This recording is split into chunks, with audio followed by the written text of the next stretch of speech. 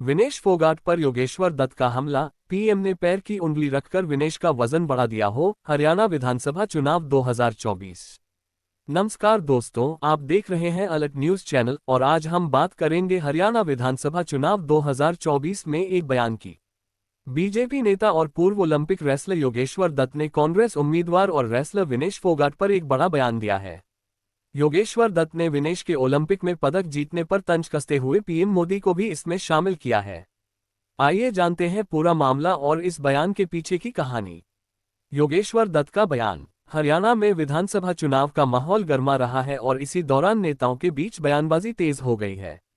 योगेश्वर दत्त, जो कि बीजेपी के नेता हैं और पूर्व में भारत के लिए ओलंपिक रेसलर हैं, उन्होंने विनेश फोगाट के ओलंपिक में मेडल न जीतने पर टिप्पणी की है।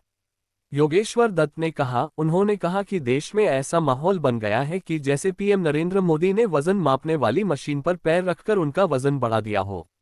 योगेश्वर दत्त ने कहा, विनेश फोगाट देश की बड़ी पहलवान है, सम्मानित पहलवान है। मैंने कहा था कि ओलंपिक में 50 किलो से 100 ग्राम अधिक वजन का होना ये खुद विनेश की गलती थी और उन्हें देश से माफी मांगनी चाहिए थी।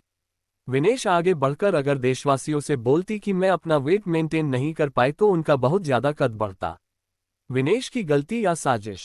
योगेश्वर दत्त ने यह भी कहा कि ओलंपिक में विनेश की हार उनकी खुद की गलती थी।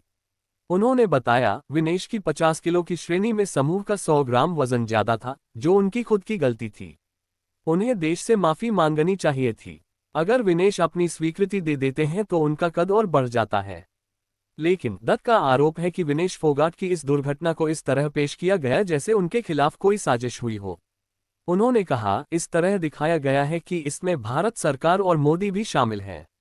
ये बात पूरी दुनिया में हंसी के पात्र बनी है।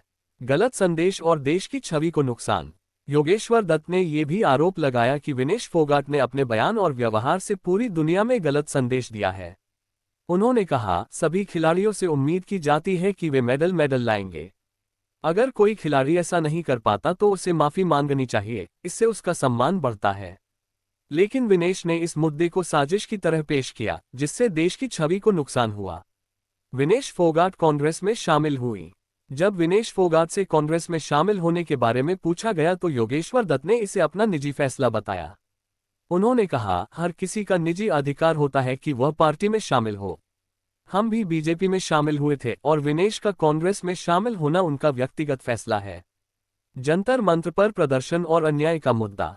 योगेश्वर दत्त ने जंतर मंत्र पर रुके पहलवानों के प्रदर्शन पर भी कही अपनी बात। उन्होंने कहा कि इस प्रदर्शन से देश की छवि को नुकसान पहुंचा है, लेकिन साथ ही उन्होंने ये भी कहा कि अगर किसी के साथ अन्याय हुआ तो उसे स्मारक बनाना चाहिए। उनकी ये दलील विनेश फोगाट और अन्य पहलवानों का समर्थन और आलोचना के बीच संतुलन बनाए रखने का प्रयास था। तो दोस्तों, ये योगेश्वर दत्त का बयान था जिसमें उन्होंने विनेश फोगाट और पीएम मोदी को लेकर अपनी राय रखी थी। हरियाणा विधानसभा चुनाव 2024 के मद्देनजर ये बयान और भी अहम हो गया है, क्योंकि राजनीति और खेल के बीच ये तानाशाही चर्चा का विषय बना हुआ है। आप ये कथन कैसे देखते हैं? हमें अपने विचार कमेंट बॉक्स में जरूर बताएं। अगर आपको ये वीडियो पसंद आए तो इसे लाइक और शेयर करें और हमारे न्यूज चैनल को सब्सक्राइब करना न भूलें ताकि आप आगे के अपडेट्स जुड़े रहें। धन्यवाद।